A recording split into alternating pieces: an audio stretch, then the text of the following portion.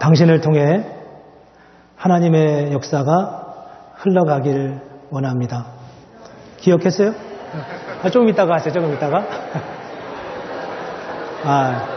머리들이 너무 좋으시네요. 네.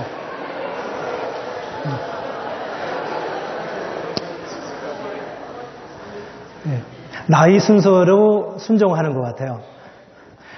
난 한 번 더 가르쳐드려야 할 줄 알았는데 기억이 잘 안 되시는 분들은 그냥 있는데 하나님이 뭐라 했죠? 당신을 통해 하나님의 능력이 흘러가길 원합니다. 예. 이게 오늘 주제입니다. 하나님께서 우리를 통해서 하나님의 역사가 흘러가는 겁니다. 우리가 지금 이제 3주 동안 그리고 지난 한 주 동안에 특별 새벽 기도회를 통해서 성령에 대한 말씀을 함께 나누었습니다. 사도행전 1장 8절 말씀을 우리가 사도행전이 가장 중요하다고 생각하는데 거기 보면 오직 성령이 너희에게 임하시면 너희가 권능을 받고 예루살렘과 온 유대와 사마리아와 땅끝까지 이르러 내 증인이 되리라 하시니라. 세 가지 약속이 있어요. 첫 번째 약속은 뭐예요? 성령이 임하시고, 두 번째 약속은 너희가 권능을 받고, 세 번째 약속은 너희가 증인이 될 거다. 근데 어디에 증인이 되냐 하면 예루살렘과 온 유대와 사마리아와 땅끝까지 이르러 증인이 된다. 그렇게 말씀했습니다. 그리고 이제 사도행전의 역사 속에서 그런 하나님의 역사가, 하나님의 약속이 어떻게 흘러가는지를 보여주고 있습니다. 그 당시 팔레스틴에 있던, 팔레스틴 예루살렘에서 이 말씀을 받았던 사람들은 아직 그 팔레스틴을 벗어나 보지 못한 사람이 대부분일 거예요. 그렇죠? 미국 사람들 중에 요즘 통계는 아니지만 한 10년 전쯤 통계에 자기 주를 벗어나보지 못하고 그냥 거기서 살다 죽은 사람이 미국인의 70%가 된대요. 생각보다 많죠. 우리는 다 미국까지 왔는데요. 그만큼 사람들이 옛날에는 더 2000년 전에는 사실 그 세계를 벗어나 본 적이 없는 그들에게 예수님께서 뭐라고 말씀하셨냐면 너희가 그리스도의 증인이 되는데 어디에 무슨 증인이 되냐면 예루살렘과 온 유대와 사마리아와 땅끝까지 이르러 증인이 된다라고 말씀하고 있어요. 그리고 이 사건이 주후 약 한 50년대 후반, 50년, 8년, 9년 혹은 60년대쯤 됐을 때 바울이 실제로 이제 로마로 예루살렘에서 가이사를 잡혀가지고 제수의 신분으로 로마로 잡혀가고 있었어요. 사실 제수의 신분으로 갔지만 제수가 얼마나 좋은지 이렇게 말하면 안 되겠죠. 얼마나 좋은지 아세요? 제수에게 뱃삭을 받겠어요? 교통비를 받겠어요? 그렇죠? 그리고 바울은 그 제수로 끌려가면서도 굉장히 리더십을 발휘했던 그런 사람이었어요. 276명이 그 배에다 타고 있었는데 거기서 바울의 말을 듣고 선장과 선조와 그리고 이 백부장이 조언을 받았을 만큼이었으니까요. 그런 방법으로 하나님이 바울을 끌고 배를 타고 로마로 이제 인도해 가는데 그 과정 속에서 풍랑을 만났어요. 풍랑을 얼마큼 14일 동안 2주 동안 꼼짝없이 먹지도 못하고 자지도 못하고 고통 가운데 2주 동안 있으니까 거기 있는 사람들이 어떻게 생각했겠어요? 야 이제 우리는 죽었다. 로마는 무슨 로마야? 이제 우리는 여기서 죽는구나. 이렇게 생각을 했죠. 그러던 중에 이제 풍랑이 어느 정도 그쳐갈 때쯤 됐을 때 하나님이 바울에게 말씀하셨어요. 뭐라고 말씀하냐면 사도행전 27장 24절에 보면은 이렇게 말합니다. 바울아 두려워하지 말라. 내가 가이사 앞에 서야 하겠다. 그래서 가이사가 누군지 아세요? 가이사. 옛날에 가이상 해보셨나요? 가이사는 시저를 말해요. 시저가 이제 우리말로 이제 번역되다 보니까 저렇게 됐는데 밑에 시저라고 되어 있네요. 시저, 로마의 황제예요. 예수님이 바울에게 뭐라고 말하냐면 내가 가이사 앞에 서야겠다. 이제 한참 힘들고 어려운 상황 속에서 하나님이 이제 우리는 죽을지도 모르겠다. 바울도 그렇게 생각했었을 수도 있겠죠. 인간이니까. 그런데 예수님이 그에게 나타나서 내가 가이사 앞에 설 거야. 이렇게 말씀하시면서 그 말을 바울이 듣고 함께 타고 있는 배에 타고 있는 276명의 사람들을 격려하고 있어요. 다니면서 능도 들이면서 우리가 여기서 죽지 않을 거니까 안심하십시오. 하나님이 우리를 살려준다고 했어요. 한 사람도 여기서 다치지 않고 다 간다고 했어요. 이렇게 격려를 하면서 로마까지 갔어요. 로마까지 가서 제수로 갔으니까 제수로 갔으면 어디 있었을까? 제수로 갔으니까 감옥에 있었겠죠. 그렇죠? 지난번에 여기 누군가 앉아가지고 무슨 제가 이야기하면 끄덕끄덕하고 막 반응도 하고 그러니까 내가 설교하는 게 참 좋더구만. 아무도 지금 그냥 가만히 있어서 끄덕끄덕하세요. 이해가 안 돼도. 그렇죠. 그렇게. 그래서 이제 이 예수로 가서 어디가 있었겠어요? 감옥에 있었을 거 아니에요. 그렇죠? 감옥 안에 있는 거야. 근데 요즘은 이제 감옥이 제일이 다 딴 데가 있겠지만 그 당시 감옥은 이제 잘 통제가 잘 돼야 되니까 아마도 로마의 황궁 안에 같이 붙어 있었던 것 같아요. 그래서 바울이 거기서 이제 감옥 안에 있으면서 그가 감옥 안에 갇힌 사실이 주변의 사람들 다 알려지게 됐어요. 워낙 특별한 사람이었을 테니까요. 그래서 그가 감옥 안에서 주후 한 62년 3년 어간에 거기 갇혀 있을 때 빌립보에 있는 교회에 빌립보 교회에서 이제 에바브로 디도라는 사람을 거기다 보내서 바울을 좀 감옥에 있으니까 도와주라 이렇게 하니까 가서 그 사람에게 편지를 써서 보냈는데 그 편지에 뭐라고 빌립보서 1장 13절에 나와 있냐면 이렇게 되어 있어요. 이러므로 나의 매임이 내가 감옥 안에 갇혀 있는 게 그리스도 안에서 모든 시위대 안과 그 밖의 모든 사람에게 나타났다. 저 시위대라고 하는 것은 감옥 안에 있는 그 왕궁 안에 있는 그것들을 시위대라고 표현을 했어요. 그 안에 다 알려졌다는 거예요. 저기 좀 독특한 재수가 한 사람이 있는데 바울이라고 하는 사람인데 그 사람이 뭐 나사렛이라고 하는 곳에 이렇게 뭐 이상한 교리를 전한대 뭐 이러면서 근데 그 사람의 말이 그렇게 헛되지는 않는 것 같대. 뭐 이런 식의 말들이 다 이렇게 퍼지게 됐죠. 그래서 이제 그때가 벌써 로마의 왕궁 안에 이미 주님의 복음이 전해지기 시작했어요. 그렇게 전해지기 시작하면서 그게 이제 주후 62년 3년 어간이었으니까 로마가 콘스탄틴 대제가 기독교인들에게 신앙의 자유를 허락해준 해가 313년 밀라노 칙령이라고 하는 걸 통해서 주신 거거든요. 그때부터 몇 년 정도 지났어요. 이 313년에서 63년을 빼면 몇 년이 돼요? 250년 되죠. 그렇죠? 250년이라고 하는 세월이 길다면 길 수 있지만 로마의 전체 제국을 전체를 이 온 세상을 다 다스리고 있는 로마라고 하는 나라가 그 기독교, 그 예루살렘이라고 하는 작은 지역에서 시작한 그 종교적 뿌리를 그 씨앗을 공인하고 예수를 믿도록 허락하고 그리고 그 후에 데오도시우스라고 하는 황제가 기독교를 로마의 국교로 정하는 그런 과정까지 물론 거기엔 부정적인 면이 없지는 않지만 그런 하나님의 놀라운 역사가 불과 250년 후에 일어나게 된 것은 하나님께서 사도행전 1장 8절에서 말씀하신 내가 예루살렘과 온 유대와 사마리아와 땅끝까지 이르러 내 증인이 되라 라고 하는 말씀의 놀라운 역사가 그렇게 엄청난 속도로 진행되고 있다고 하는 것을 보여준다는 거예요. 로마 사도행전 1장 8절의 말씀이 굉장히 중요하죠. 그런데 이런 과정이 진행되는 순간마다 진행되는 과정 속에서 몇 번의 어려운 고비들이 있었겠죠. 그렇죠? 어떤 고비들이 있었을까? 여러 고비가 있었지만 제가 보기에는 가장 큰 고비가 있었는데 그 고비가 무슨 고비냐 하면 바로 오늘 본문에 나오는 사건입니다. 오늘 본문의 사건이 뭐냐 하면 이스라엘 사람들은 이렇게 생각했어요. 우리가 메시아가 우리를 위해서 온다. 그렇게 생각했어요. 이스라엘 사람만을 구원해 주기 위해서 온다고 믿은 거예요. 그런데 예수님이 뭐라고 말씀하냐면 너희가 내 증인이 되는데 예루살렘과 온 유대와 사마리아와 땅끝까지 이르러 증인이 된다라고 말씀하니까 이 복음은 유대인의 한계를 뛰어넘는 건데 문제는 그 말을 들었을 때 그 사람들이 이게 그런 의미야 라고 생각하지 못했겠죠. 그렇죠? 끄덕끄덕. 그렇죠? 네, 못했을 거라는 거예요. 근데 막상 그런 사건이 일어났어요. 어떻게 일어나냐면 어느 날 이제 그런 일이 이제 일어나게 되는 게 오늘 본문의 사건인데 그 전에 우리가 잠깐 한 가지 살펴볼 것은 사실 유대인들은 이런 표현은 좀 어떨지 모르지만 사실 좀 어떤 면에서 또 어떤 시대에는 좀 고약한 때가 있었어요. 어떤 생각을 가지고 있냐면 이 사람들은 우리만 구원받았다고 생각하는 거예요. 우리만. 그리고 다른 사람들은 구원받지 못한다 이렇게 생각하면서 아주 멸시하는 그런 기질이 그들에게 있었어요. 물론 그렇게 된 거는 역사적 환경도 있고 여러 가지 이유가 있지만 그 중에 하나가 이 사람들 어떻게 생각했냐면 이렇게 생각했습니다. 하나님은 이방인이 출산을 해서 이방인 여인이 아이를 가져서 출산을 하게 되면 절대 가서 돕지 않아야 된다. 돕지 말라고 가르쳤어요. 돕지 말라고.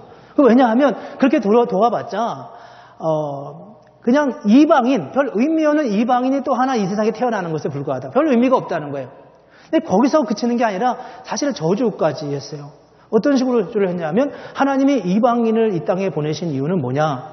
왜 저들 생명을 주시면서 주셨느냐? 그것은 지금 참 표현하기도 그런데 지옥의 땔감을 만들기 위해서.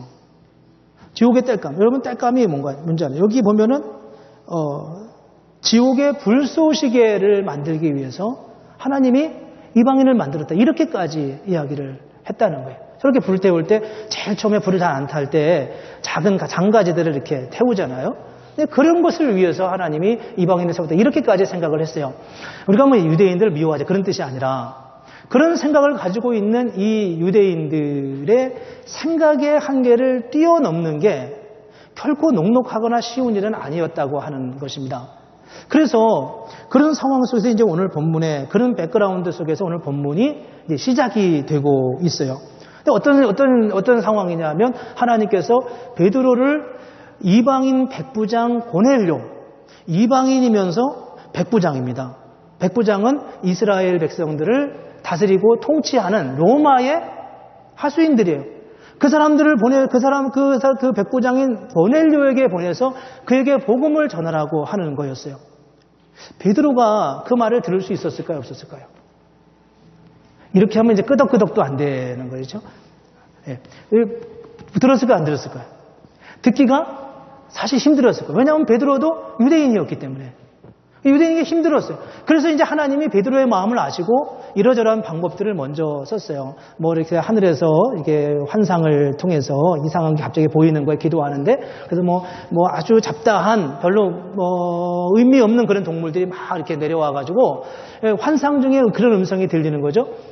이거 잡아먹으라. 그러니까 베드로가 이렇게 말하죠. 나는 이것을 한 번도 이런 불결한 음식을 잡아먹은 적이 한 번도 없습니다. 이렇게 이제 이야기하면서 대화를 하죠.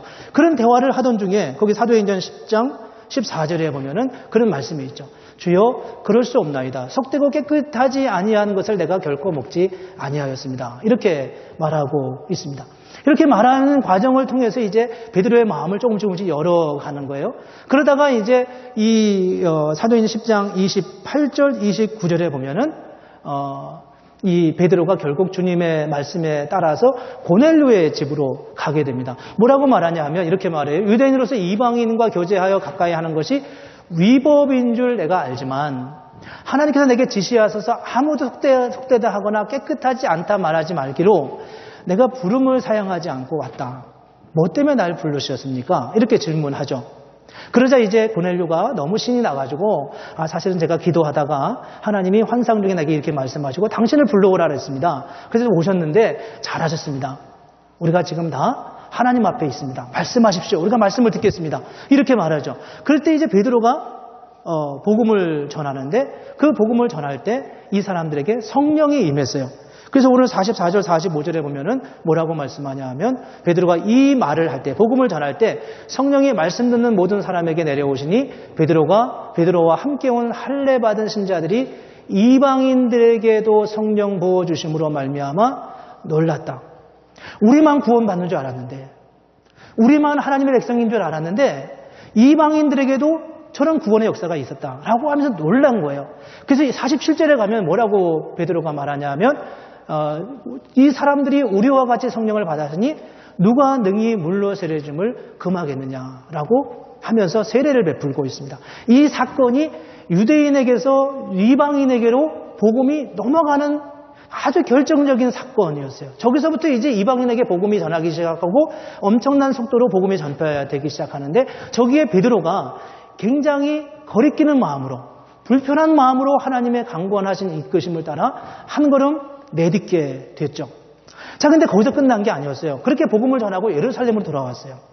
예루살렘에 돌아오는데 예루살렘에 할례를 중요하게 여기는 사람들이 사도행전 11장 1절, 2절, 3절에 보면 할례를 중요하게 여기는 사람들이 이 소식을 듣고 다 몰려든 거예요. 아니, 베드로가 이방인에게 복음을 전했대. 어떻게 이방인이 구원을 받을 수 있냔 말이에요.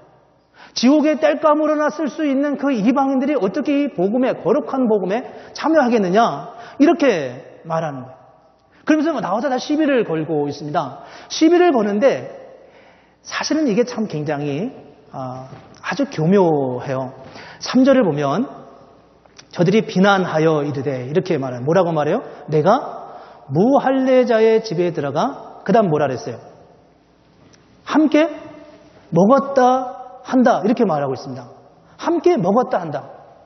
아니, 내가 들으니까 베드로 선생님 당신이 가서 아니 뭐 복음을 전했다며 그들의 구원을 위해서, 이렇게 말하지 않았다는 겁니다. 아니 베드로 선생님, 내가 당신한테 들어보니까 당신 거기 가서 세례를 베풀었다며, 이렇게 말하지 않았어요. 함께 먹었다 하고 들었습니다. 이렇게 말합니다. 세 가지 이슈가 있어요. 하나는 복음을 전했다는 거고, 또 하나는 세례를 베풀었다는 것이고, 또 하나는 함께 먹었다는 거예요. 근데 이 사람들은 지금 함께 먹은 것만 시비를 걸고 있어요. 저게 뭘 의미하는 거겠습니까?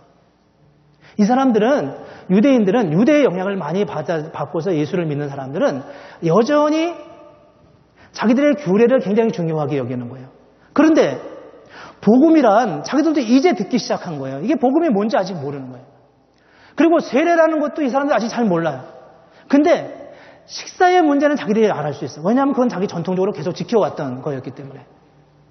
그래서 복음을 전하는 걸 시비를 걸지는 못했어요. 세례를 베푼 걸 가지고 시비를 걸지는 못했어요. 근데 자기들이 시비를 걸 수 있는 유일한 한 가지가 있었는데, 그것은 유대인들은 이방인들과 같은 자리에서 식사할 수 없다라고 하는 그들이 전통적으로 지켜 내려오던 그 규례를 빙자해서 베드로가 이방인에게 가서, 고넬료의 집에 가서 복음을 전했던 전체를 지금 붙들고 있는 겁니다. 그럼 못하게 막는 거죠. 여기에 이제 굉장히 어려운 문제가 생깁니다. 이런 일들, 그러니까 아주 사소한 일인 것 같은데 그 사소한 일을 빙자해서 굉장히 중요한 일이 안 되게 막는 거예요. 굉장히 중요한 일을. 이게 지금 사도행전 11장 3절에서 보여주는 그 사람들의 모습입니다. 그 사람들이 예수를 믿는 사람들이거든요.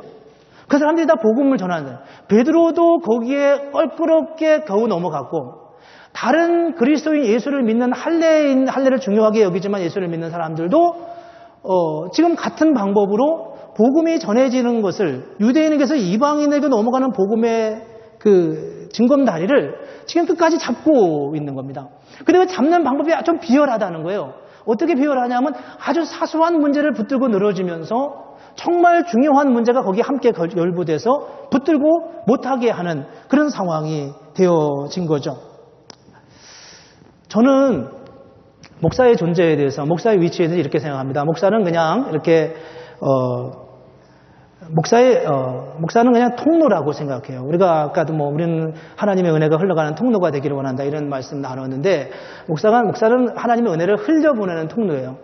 목사의 리더십이 너무 탁월해서 그 리더십에 의해서 그 교회가 자라가는 것도 그렇게 바람직하지는 않다고 생각하고요. 그 교회는 왜 이렇게 잘 돼? 왜 이렇게 사람들이 모여? 글쎄, 잘 모르겠는데 뭔가 거기는 있긴 있는 것 같은데 글쎄 뭘까? 이렇게 사람들이 대답할 수 있으면 참 좋다고 생각해요. 아, 그 교회는 목사가 굉장히 훌륭해. 제가 훌륭하지 않아서 지금 일부러 이렇게 말하는 게 아니에요. 오해하지 마세요. 그런 게 아니라고. 그런 게 아니라 사실 목사는 통로예요. 우리는 모두가 다 통로여야 되는 거예요. 그래서 사람들이 살로시빌 한인교회를 보면서 아, 그 교회는 모이긴 잘 모이는 것 같고 사랑도 많이 하는 것 같고 서로 좋아하는 것 같은데 뭐 때문이야? 이유가 뭐야? 글쎄, 거기는 청년들이 잘 모이는 것 같다. 글쎄, 그거 같은데도 그것도 아닌 것 같고, 담임 목사, 글쎄, 잘하는 것 같, 글쎄, 잘한다고 하기도 좀 뭐하고 좀, 이렇게. 목사는 통로예요. 여러분, 수도가 막힌 적이 있으시나요? 수도가 막힌 적이. 수도가 막히면 막힌 걸 알아요. 근데 수도가 그냥 물이 잘 흐를 때는 한 번도 이게 잘 통한다 이런 생각을 해본 적이 없잖아요. 그렇죠? 그냥 우리는 그런 존재, 우리는 하나님의 은혜를 흘려보내는 존재예요. 그래서 저는 우리가 이렇게 하나님 앞에 설 때 하나님의 역사가 흘러가게 해야 되는 거예요. 근데 지금 베드로와 유대인들은 그 흐름을 지금 막고 있어요. 막고 있다는 거예요. 하나님이 우리를 가족에게 가정을 허락해 줬다면 우리는 잘 될 수밖에 없어요. 가정은 서로 사랑하면서 살도록 만들었기 때문에 그냥 행복하게 평생 살다가 하나님의 부름을 받게 되어 있는 거예요. 그게 당연한 거예요. 근데 근데 하다가 좀 어려움이 생기면 그때 이제 우리는 가정이 얼마나 소중한가 이렇게 생각하잖아요. 교회도 마찬가지예요. 제가 지금 이렇게 클러리칼 칼라라고 하는 넥타이 없는 이런 옷을 입었어요. 사실 이걸 입을 때 굉장히 제가 많이 조심했어요. 왜냐하면 저게 이제 저는 이제 입는 이유가 왜 입냐 하면 몇 가지 이유가 이제 꽤 여러 가지 이유가 있어요. 그 중에 하나는 넥타이를 안 매도 돼요. 넥타이를 매는 게 얼마나 힘든 건지 모르겠어요. 맨날 매고 나면 잘못 맸다고 바꾸라고 지시가 내려오면 또 바꿔야 되거든요. 그걸 골라달라고. 그럼 이제 도대체 결혼하고 몇 년이냐? 혼자 골라서 입으라. 이렇게 얘기했는. 근데 이게 얼마나 편한지 모르요. 어느 날 이제 넥타이를 골라주고 그러니까 저희 딸이 아빠 스포일 시키지 말라고 놔두라고 지 엄마한테 이야기하는 걸 들었어요. 근데 저게 이제 그런 면에서 좋고, 사실 저 클러리컬 칼라라고 하는 게 우리는 이제 로만 칼라라고 흔히 아는데 천주교 신부님들이 입는 거라고 생각하는데 사실 그렇지 않고 저거의 원조는 개신교의 목회자들이 아주 힘들고 어렵게 살아가던 옛날 시절에 옷을 갈아입기가 힘드니까 넥타이 매고 이렇게 다 갖춰 입기가 힘드니까 저렇게 이제 이렇게 때 안 타는 빨래 안 해도 별로 표시 안 나는 이런 이제 옷을 개발했다는 게 이제 원조라고 해요. 그래서 편해요. 그런데 문제는 제가 저렇게 입으면 사람들의 마음에 좀 목사 티내는 거야 이렇게 생각할까봐 조심스러울 때가 있어요. 그래서 사실 안 그러려고 했는데 안 입으려고 했는데 아무래도 마음에 부담이 있어. 또 제가 또 이렇게라도 입어야 좀 목사인 줄 알고 그리고 사람들 제 행동도 좀 이렇게 좀 조심하지 않을까. 근데 교회에서 이 옷을 입고 있어도 저를 목사인 줄 모르더라고요. 처음 오신 분들이. 저 지금 목사입니다 그러면 그래요? 이렇게 대답하는 거 보니까 이거 잘 표시가 안 나는 것 같아요. 근데 어쨌든 물이 흘러가는 성령의 역사가 흘러가는데 우리는 걸림돌이 되지 않아야 된다는 거예요. 일부 예배 드리는 9시 반에 우리 잉글리시 미니스트리 하는 리어리 목사님이 처음에 오셔서 이제 이런저런 이야기를 했는데 그분은 이제 처음에 오실 때 티를 입고 오시더라고요. 근데 티를 이제 평일날 입고 오셔가지고 나 이렇게 입고 다녀도 되냐 그러시더라고요. 그러면서 이제 뭐 양복을 입어야 되냐, 넥타이를 매야 되냐, 아니면 당신처럼 이렇게 클러리컬 칼라를 옷을 입어야 되냐. 그래서 당신 마음대로 하시라고. 당신 마음대로 하는데 한 가지 한국 사람들은 조금 보수적이긴 하다. 한 사람이라도 보수적이라서 그것 때문에 당신 티 입은 게 조금 불편하게 여길까 싶으면 그건 조금 생각했으면 좋겠다. 이제 그런 말씀을 나눈 적이 있어요. 우리가 하나님의 역사의 흐름에 어떻게 서야 될까? 하나님은 그분이 그분의 일을 하신다는 거예요. 하나님은 그분이 사도행전 1장 8절에 오직 성령이 너희에게 임하시고 너희가 권능을 받으면 그 복음의 증인이 될 것인데 그 복음이 예루살렘과 온 유대와 사마리아와 땅끝까지 이르러 내 증인이 될 것이다. 하나님이 선언하시고 약속하신 거예요. 이제 우리가 해야 할 일은 하나님의 역사가 마치 수도관을 통해서 그냥 자연스럽게 흘러가듯이 우리를 통해서 그렇게 하나님의 역사가 흘러가게 하는 것, 그것이 바로 우리가 해야 할 일이라는 겁니다. 하나님은 살로시빌 한인교회를 이렇게 아름답게 교회당을 세웠으면 여기에 하나님의 역사가, 하나님의 뜻이, 하나님의 계획이 있겠어요, 없겠어요? 있겠죠, 그렇죠? 당연히 있을 거라고요.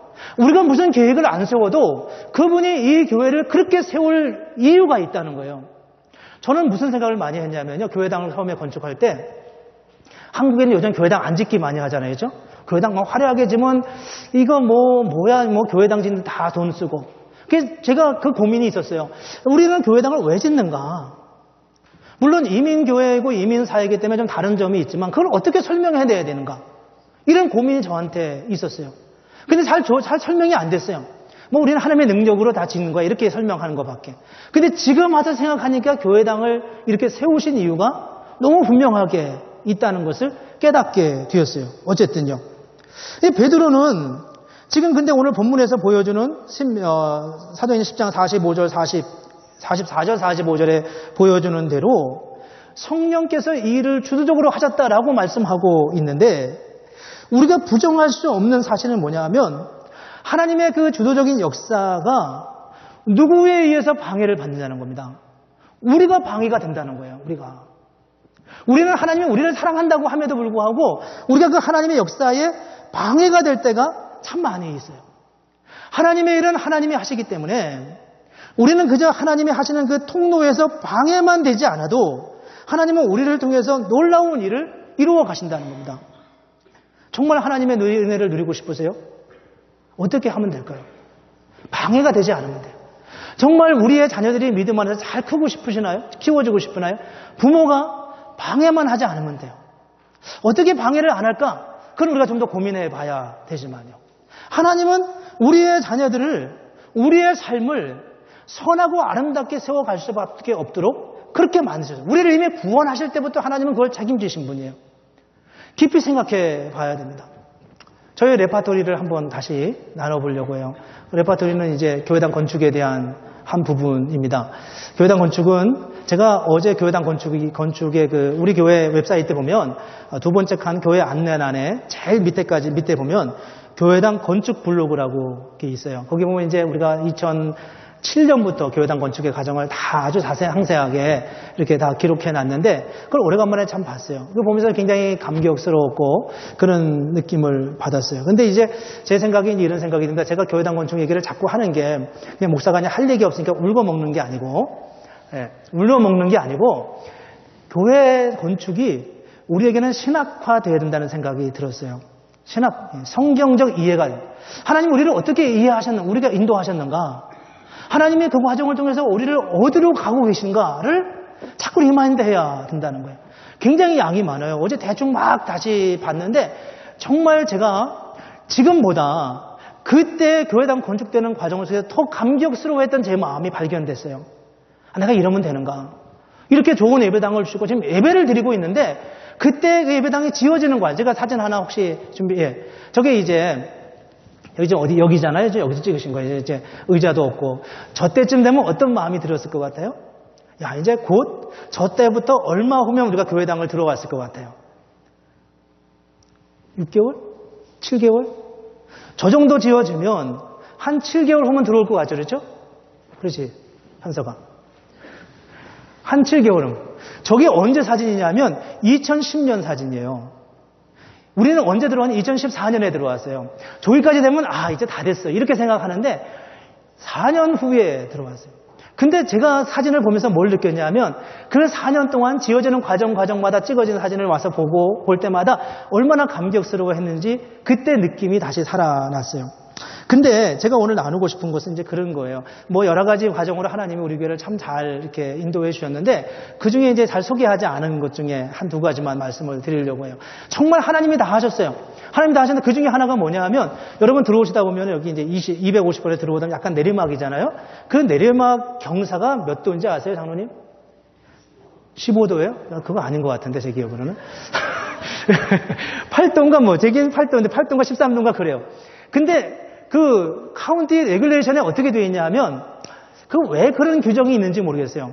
그게 너무 경사가 심하다는 거예요. 그래서 교회를 지으려면 그 경사를 1도를 낮춰야 된대요. 7도로 만드는 거예요. 너무 경사가 적기 때문에 좀 더. 그래서 저걸 8도를 7도로 낮추려면 어떻게 해야 돼요?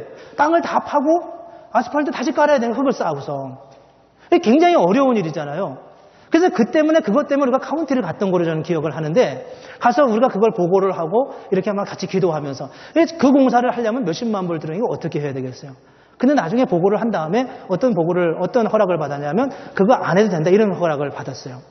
굉장히 하나님께서 그런 과정을 통해서 우리를 하나하나 인도해 가셨죠. 우리가 지금 쓰는 수도가 시리 수도가 워러가 아니고 여기 이제 우물을 쓰고 있는데 처음에 이제 시티 워러를 이제 써야 돼서 시티 워러를 쓰려면 저 250번을 흐르는 그 수도관에서 이렇게 끌어내야 되거든요.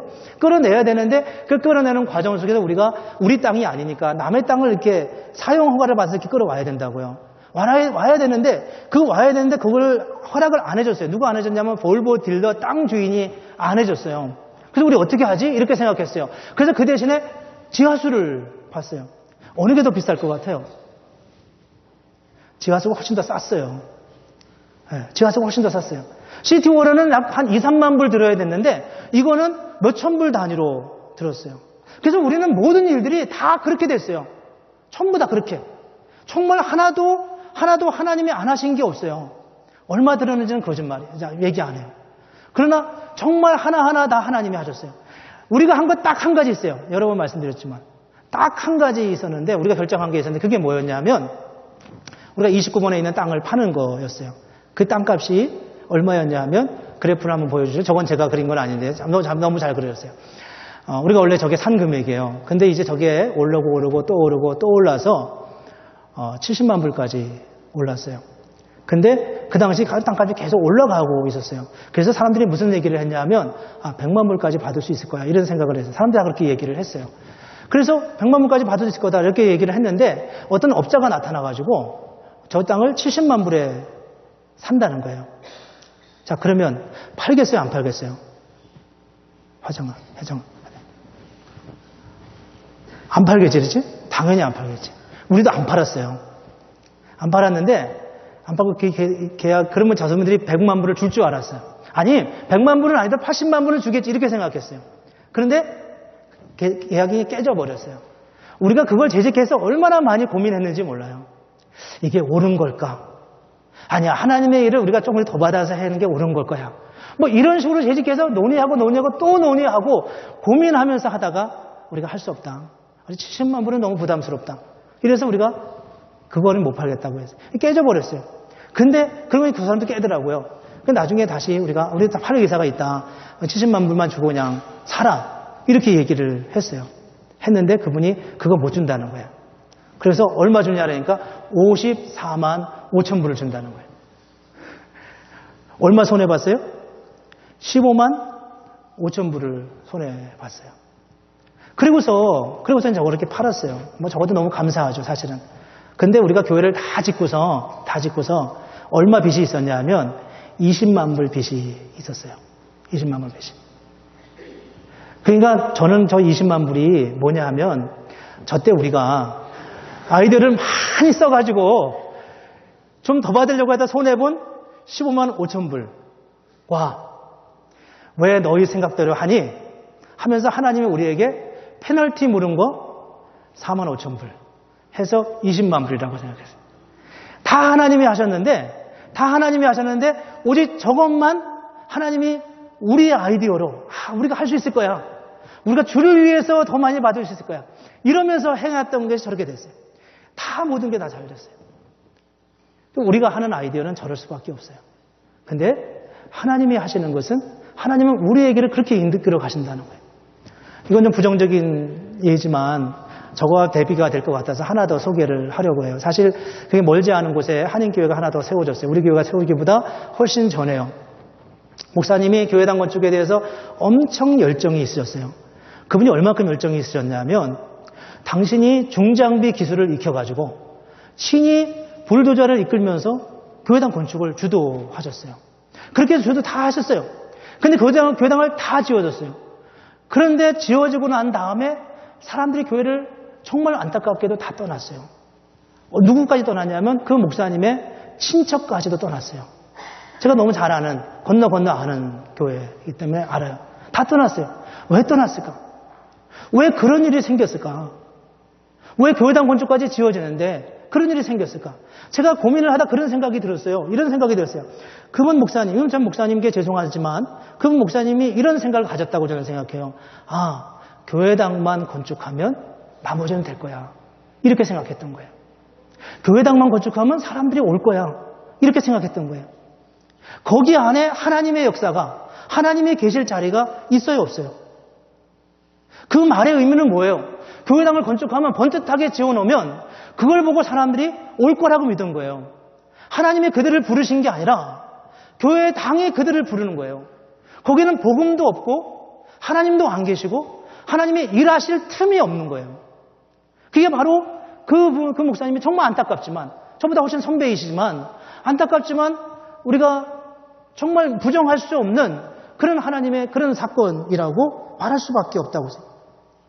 교회당이 일하는 거죠. 하나님이 일하시는 게 아니라는 겁니다. 오늘 본문 속에서 예루살렘에서 유대인에게서 이방인에게로 복음이 넘어가며 예루살렘과 온 유대와 사마리아와 땅까지 이르러 내 증인이 되라가 아니라 될 것이다. 내가 당신들을 그렇게 만들 거야. 내가 사도들인 당신들을 통해서 그렇게 하나님의 역사가 이어지게 할 거야. 라고 말씀하시는 주님의 사도행전 1장 8절의 약속이 그분에 의해서, 그분의 역사하심에 의해서, 그분의 주권에 의해서 일어나고 한다는 것을 말씀하고 있고, 그것은 바로 사도행전의 역사 속에서, 기독교 역사 속에서 오늘까지 우리에게 보여주고 있는 하나님의 놀라운 역사라는 겁니다. 문제는 항상 어디서 생기냐 하면 우리가 하나님의 역사를 가로막고 있다는 데 생긴다는 거예요. 우리의 생각으로, 우리의 아이디어로. 우리가 좀 더 잘해보려고 70만 불 그거 아니야. 우리가 지금 시세로 보면은 100만 불 받을 수 있어. 아니 100만 불 아니라 차라리 좀 흥정을 해가지고 5만 불이라도 더 받아야지. 이렇게 말하는 인간의 아이디어가 하나님의 역사를 가로막기는 해도 하나님의 역사는 어느 한순간도 어떤 상황에서도 작아지거나 약해지거나 중단됨이 없다고 하는 것이 하나님이 우리에게 말씀하신다는 겁니다. 누가 하나님의 역사를 가로막는지 아세요? 누가요? 세상이 막는 게 아니에요. 세상이 우리를 박해하는 게 아니라고요. 여기에 세상이 이 하나님의 역사를 가로막는 주된 사람은 첫 번째는 베드로였고 두 번째는 할레파 유대인들이었다고요. 자기 생각이 있었기 때문에 그래요. 우리 생각엔 그렇지 않아. 내가 믿는 바는 그렇지 않다고요. 이렇게 말하는 사람들의 생각이 하나님의 역사를 가로막게 됐다는 것을 보여주고 있습니다. 그래서 저는 늘 그런 말씀을 드립니다. 교회에서 목소리 높은 거 별도 좋지 않다고요. 우리는 정말 하나님의 주권과 역사하심에 대해서 귀 기울여 드려야 하고 늘 조심해서 그분 앞에 무릎을 꿇어야 되는 거예요. 제가 대학부 학생들한테 몇 점 말씀드리고 싶었어요. 하나님이 여러분을 구원하셨다는 사실을 믿으면 하나님께 인생을 맡겨야 되겠어요. 그렇죠? 그렇게 맡길 수 있어요? 하나님이 우리의 인생을 인도하셨다면 무섭죠. 제가 가보니까 하나님이 우리의 삶을 인도하신다면 그 인생을 맡겨야 돼요? 안 맡겨야 돼요? 맡겨야 돼. 이제 크게 얘기해. 맡겨야 돼? 안 맡겨야 돼? 근데 왜 새벽기도 안 나와? 특별 새벽기도 했는데 왜 안 오냔 말이야. 에? 중간고사 봤어요? 지난주에? 여러분들을 위해서 특별히 새벽기도회를 학기 초에 몰아서 하는 거라고요. 학기 초 얼마나 광고할 것도 많고 그런데 여러분 좀 편안할 때 기도하게 하기 위해서 학기 초 시작하자마자 첫째 주에 그렇게 하는 거예요. 근데 왜 안 오냐고 하나님께 맡겼다면서. 다 마음에 찔리지 그러죠. 왜 안 오냐고요. 우리는 하나님께 맡겼다고 하면서 사실 명분만 맡겼지 그렇게 잘 안 들어요. 그렇게 하나님의 이끄심에 대해서 우리가 얼마큼 순종하냔 말이에요. 대학생들만 하면 그러죠. 대학원생들 이상 어르신들까지 말씀을 여쭤보고 싶어요. 우리는 나이가 대학생들 말고요. 우리는 사실 이미 나이가 너무 들었기 때문에 소망이 없어요. 예, 소망이 없어요. 인정하셔야 돼요. 인정하세요? 우리는 소망이 없어요. 너무 나이가 들어서. 여기서 나이가 들었다고 하는 말의 의미는 뭐냐 하면 우리의 머리가 우리가 아는 게 너무 많아서 많이 우리의 생각이 굳어졌다는 거예요. 대학생쯤 되면 그래도 뭐 이렇게 얘기하면 들어요. 다음에 올 거지 그러지? 이제 온다고 다음에는 분명히 올 거예요 이제. 근데 어른들은 그렇게 얘기해도 와요 안 와요? 내가 바빠요 목사님 죄송해요. 이렇게 얘기한다고 어르신들은 대부분 안 와요. 아무리 오라고 해도. 빗대어서 얘기해도 안 오고 직접적으로 얘기해도 안 오고 뭐 이런저런 얘기를 해도 내 인생은 내가 알아서 해요. 이렇게 얘기한다고요. 되게 다 그래요. 어른들은. 왜 그런지 알아요? 우리가 이미 아는 게 너무 많기 때문에. 내 인생에 대해서 내가 너무 많이 아는 거예요. 그래서 심지어는 어떤 현상이 일어나냐면 성경 공부를 해도 그 성경이 나를 바꾸지 않아요. 말씀이. 절대로 나를 바꾸지 않는다고요. 어떻게 바뀌는지 알아요? 그 말씀이 내 안에 와가지고 그 성경의 사실이 내게 들려주면 그 말씀이 내가 가지고 있는 기존의 관념과 생각을 더 견고히 하는데 사용된다고요. 인정해요? 되게 그래 맞아. 은혜를 받았다고 생각할 때는 대부분 다 그래 이게 내가 생각했던 게 맞아. 이렇게 하면서 은혜를 받는다고요. 되게 어른들은. 내 생각이 굳어지는 거예요 자꾸. 그러니까 교회에서 목사님들이 모이면 뭐라 하냐면 성경 공부 많이 시키지 말라고 그래요. 왜냐하면 다 그렇게 되니까. 자기 논리를 공고화시키니까. 말씀을 들을 때 말씀이 나를 바꾸는 게 아니라 그 말씀이 내 생각을 굳게 만들어 가는 거죠. 성경에 그런 말씀이 있잖아요. 견고한 진을 파하고. 견고한 진. 아주 굳어진 진을 깨뜨려 버리는 거예요. 은혜라고 하는 것은 말씀을 듣고 받는 은혜라고 하는 것은 뭐냐 하면 내 생각이 깨어지는 거라고요. 그래서 말씀을 들을 때 은혜를 받는 것은 그냥 기분이 좋고 이렇게 격려를 받는 게 은혜 받는 게 아니라 사실은 내 생각이 깨어지는 거예요. 그래서 그런 류의 은혜를 받을 때는 사실 굉장히 아파요. 기쁘지만 하나님이 내 마음속에 주시는 잔잔한 은혜가 없다고 말할 수는 없지만 그러나 마음 한구석에 굉장히 불편함이 있어요. 아픈 상처가 있는 것 같아요. 내가 잘 감추어 놓았던 어떤 내 비밀이 들켜졌을 때 오는 그런 고통이, 아픔이 우리에게 있다고요. 우리는 매번 예배를 드리면서 내가 깨어지는 내 소망과 내 비전을 가지고 새벽에 나와서 기도하는데 하나님이 조용히 우리에게 말씀하시면, 야, 그거 아니야. 내가 그 소리를 들었다고 말하기는 좀 너무 뭐하고, 인정하기는 내 마음이 너무 괴롭고, 그래서 그 양자 사이에서 어찌할 바를 몰라 하면서 애써 외면하고 나갈 수밖에 없는 그런 기도자의 심정. 그게 바로 하나님 앞에 서 있는 우리의 모습이라는 거예요. 그런 경험이 없으면, 그렇게 하나님이 나를 부수고 깨트리시는 그런 과정이 없으면 우리가 어떻게 하나님의 은혜의 자리로 나아가겠냐는 겁니다. 하나님이 오늘 그렇게 너는 내가 예루살렘과 온유대와 사마리아와 땅까지 이르러 내 증인이 되리라 라고 말씀하시고, 그 말씀에 격려를 받으면서 복음을 전하러 나가는 그 베드로와 유대인들에게 하나님은 베드로에게 뭐라고 말씀하냐면, 야, 거기 가. 아닌 것 같은데요. 깨름직한데요. 내가 율법을 어기는 것 같은데요. 내가 이러도 되는 건지 모르겠는데요. 이렇게 말하지만 자기의 그걸 깨트리면서 주님의 말씀을 통해 순종해 갈 때 비로소 그 상황 속에서 그런 삶의 순종을 통해서 하나님이 일하시고 역사하고 있다고 하는 것입니다. 저는 그런 생각을 가지고 목회를 해요. 길만 막지 말자. 길만 막지 말자. 잉글리시 밀치를 하면서 시작하면서 여러 가지 일들이 있고, 좀 지난번에도 말씀드렸지만 마음의 부담이 없지 않지만, 그러나 길을 막지 말자. 어떤 식으로든, 제가 목사잖아요. 목사는 여러 가지 말을 바꿀 수 있다고요. 어떤 상황에서는. 제가 바꾼다는 얘기 아니에요. 그런데 거기에서 스스로 정직해야 된다는 거예요. 하나님 앞에서. 너가 너를 위해서 은연중에 아주 작은 부분이라도 이상한 명분, 아주 합당한 명분 같지만 그 명분을 들이대고 마치 이를 슬쩍 다른 곳으로 몰아가려고 하는 그런 트릭을 쓰지 말라는 거예요. 길만 안 막으면 나머지는 누가 하신다고요? 하나님이 하신다는 거예요. 우리는 우리의 인생을 그렇게 하나님 앞에 서면 하나님은 우리의 인생을 선하고 아름답게, 정말 당신의 폼나게, 우리의 레벨이 아니라 그분의 레벨에 맞춰서 그분의 의도대로 우리의 인생을 이끌어 가시고 인도하실 거라는 거예요. 물론 그게 고난을 꼭 안 받는다, 그런 의미는 아닐 수 있어요. 그렇지만 적어도 우리가 생각하고 우리가 상상했던 것보다는 전혀 다른 차원의 하나님의 역사가 우리의 생애 속에서 일어난다고 하는 것을 보여주고 있습니다. 이것이 바로 성경이 우리에게 말씀하는 메시지입니다. 하나님의 역사를 어떻게 경험하겠습니까? 그분이 일하시게 하면 된다는 거예요. 그분이 우리를 통해 일하시게 하는 거예요. 물론 그럼 어떻게 하면 그렇게 해야 되는 거예요? 그건 여러분이 답을 얻어야 돼요. 우리는 매번 하나님 앞에 기도해야 돼요. 하나님, 내가 지금 하나님의 일을 가로막고 있는 건 아닙니까?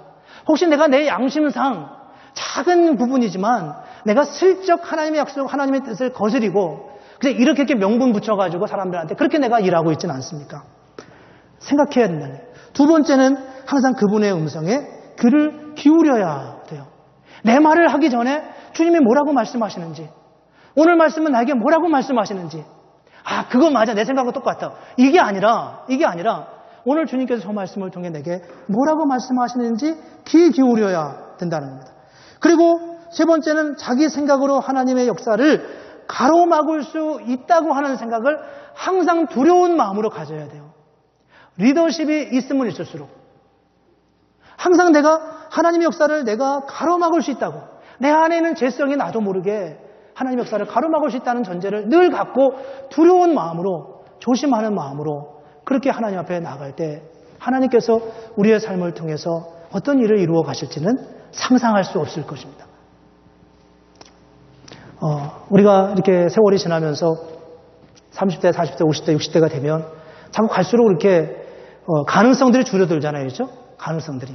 이제 그 사람의 인생에서 뭘 더 보겠어요. 그렇죠? 근데 사실 성경의 역사는 나이가 들수록 더 놀라운 일들을 행하셨어요. 아브라함이 100세에 아이를 낳고요. 모세가 80세에 리더십을 회복하고요. 이런 일들은 정말 놀라운 일들이에요. 하나님께서 우리를 통해서 어떤 일을 행하실까? 하나님께서 우리를 통해서 어떤 역사를 이루어 가실까?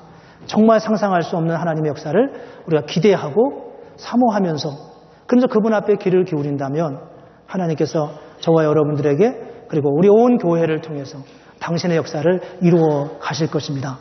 우리가 이 마음, 이 믿음을 가지고 우리의 마음을 오픈하고 주님의 역사를 사모하면서 힘써 달려가는 그런 하나님의 은혜가 있기를 주님의 이름으로 축복합니다. 기도하겠습니다. 거룩하신 하나님,